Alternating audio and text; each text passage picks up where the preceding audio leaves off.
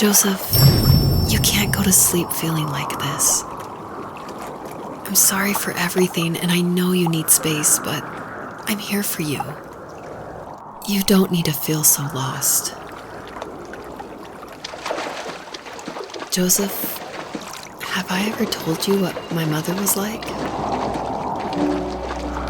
Hello, my name is Elise Whaley, and I was the voice actress for Rachel. I'm also David's wife, so that was convenient for working together.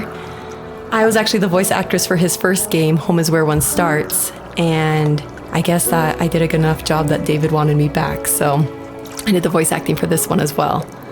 David definitely coached me through it because I'm pretty inexperienced when it comes to that.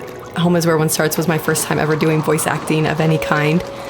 And we watched a lot of trailers of movies we liked to get the voice right of female leads who were talking in the trailer and try to mimic that and bring that into the game. So that had the right kind of feel and the right kind of atmosphere for the voice. My character actually is the same character from Home is Where One Starts. If you've played that game, you probably connected that together. And this is her probably about 15 years later, maybe 20 years later in this game. I was happy to revisit the character of Rachel. We kind of leave her in an ambiguous spot in Home is Where One Starts. It definitely ends on a hopeful note, but there's not a lot of details. And in this game, you see that she's able to move on through a lot of her issues that she had from her abusive home and be able to start her own family and start a new cycle without that abuse, which I think is really inspiring.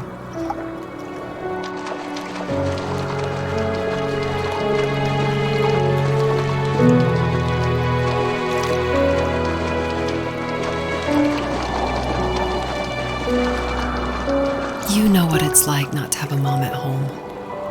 And you know how hard that made my childhood. What helped me was watching the birds in the morning before the school bus came. I thought that my mother was one of those birds, and it made me want to be free like her. My mom taught me how to fold origami cranes while she was in the hospital. So I told myself I would fold one every day until I could fly myself.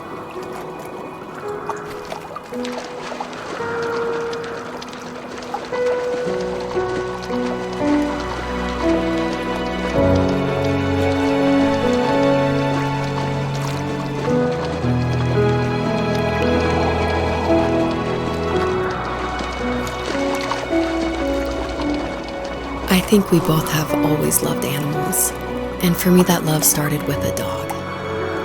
Sometimes this Rottweiler would come up to our property line and wait at the fence for me, but only once in a while. I was sure to check every day immediately after school, and it usually ended in disappointment. I would even steal money from my passed-out dad just so I could buy these off-brand dog biscuits. Even when she did stop by, she never went beyond the fence. Why was she so scared?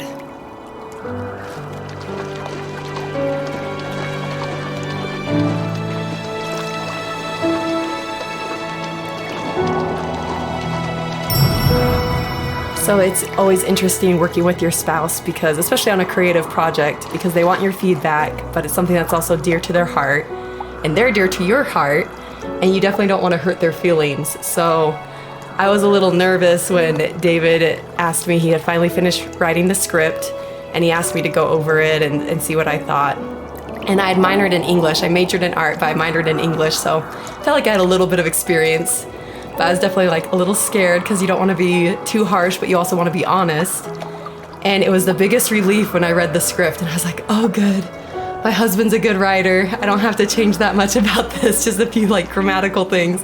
And that was just like the biggest relief for me because it can be a tricky balance working with your spouse and making sure that that honesty is there, but also that love and the support is there as well.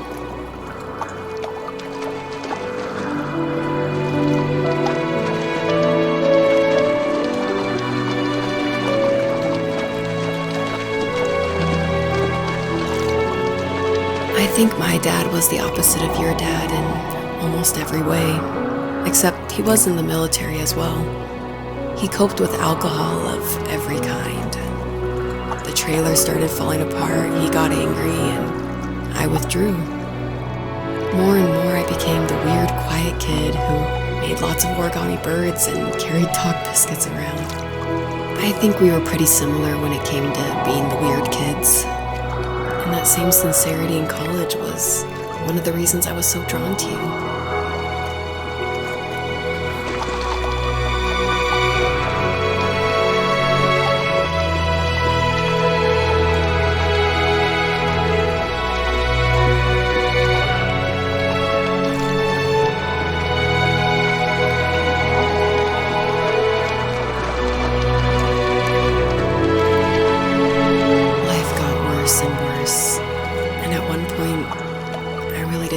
Survive another day with my soul still intact. I had no real friends, let alone neighbors, since we lived in the middle of nowhere. I should have talked to my teacher, but I was scared what he would do if he found out. As I waited for the school bus one morning, I walked around until I found something in an abandoned shed. Something I can't put into words. So we're talking about Home is Where One Starts a lot. So if you haven't played that game, maybe this doesn't make as much sense, or maybe this is a little plug that you should go play it. But in that game, it actually features one of my artworks. I work as an artist and paper cutting, actually. And David used one of my artworks as a graffitied stencil in Home is Where One Starts that's against the wall of this shack. And it actually shows up again in the first tree, just a fragment of it. The first tree, the title actually comes from one of my artworks that I made back in 2015, I want to say. And I made this artwork while I was pregnant with our first child. And it had a lot of meaning for me, and David actually helped me come up with the title. And he asked, because I was really struggling, I was like, I have no idea what to call this. And I always go to David for title ideas and to bounce ideas off of him. And that's like the only way I can ever come up with a title is by talking with him. So we were talking back and forth and looking at this artwork, and he said, well, what kind of like movies or shows were you watching while you're making the artwork? Because my work's pretty tedious, so sometimes I'll watch a show or do some Netflix binging while I'm creating it. And I was like, oh, I actually watched Tree of Life a ton. And then we're like, Tree of Life. And we started thinking more about that, and then arrived at the first tree. So it started off as one of my artworks and then became a part of David's art, which I think is really cool that we were able to share that title.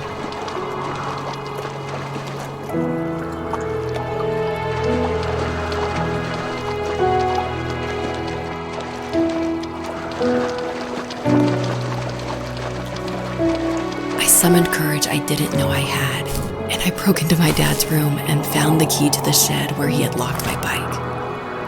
I'll never forget that feeling, as the wind rushing by my ears as the sun rose over fields of wheat. I was flying for the first time. I biked as far as my legs could take me until I found a house that felt friendly, and that felt like home. Those strangers helped me in so many ways. And if it wasn't for them, I wouldn't have found my foster family.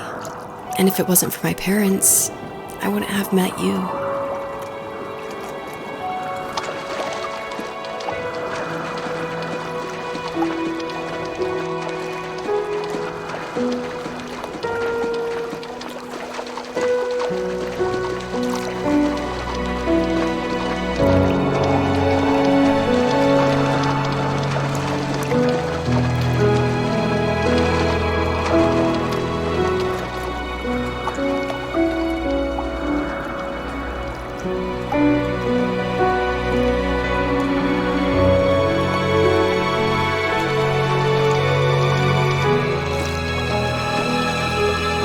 You have strength, Joseph, and you're not as alone as you think. It's all just so pointless, just waiting for life to happen. It's like having the home I always wanted is cursed out of my reach. The thought of being a parent myself, how could I do that when I couldn't even be a good son? I'm sorry, I know what you're saying. I just don't know how things will work out. These quiet hours will turn into years. We'll wonder which roads passed us by. Then we'll forge a new road together. Besides, I discovered for myself that one fateful morning where any hopeful road leads to. There may be thorns and mist, but it always leads to the same thing. And what's that? Family. I'm so glad that you're part of my family, Rachel. And I'm glad you're part of mine.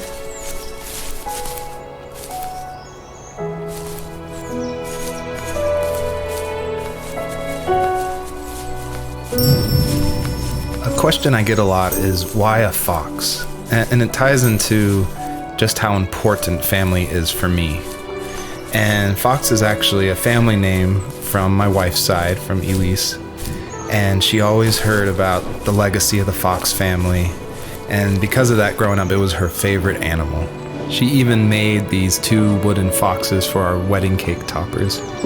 So I thought it would be cool to have that animal in the game while these 2 people are having this conversation in the middle of the night.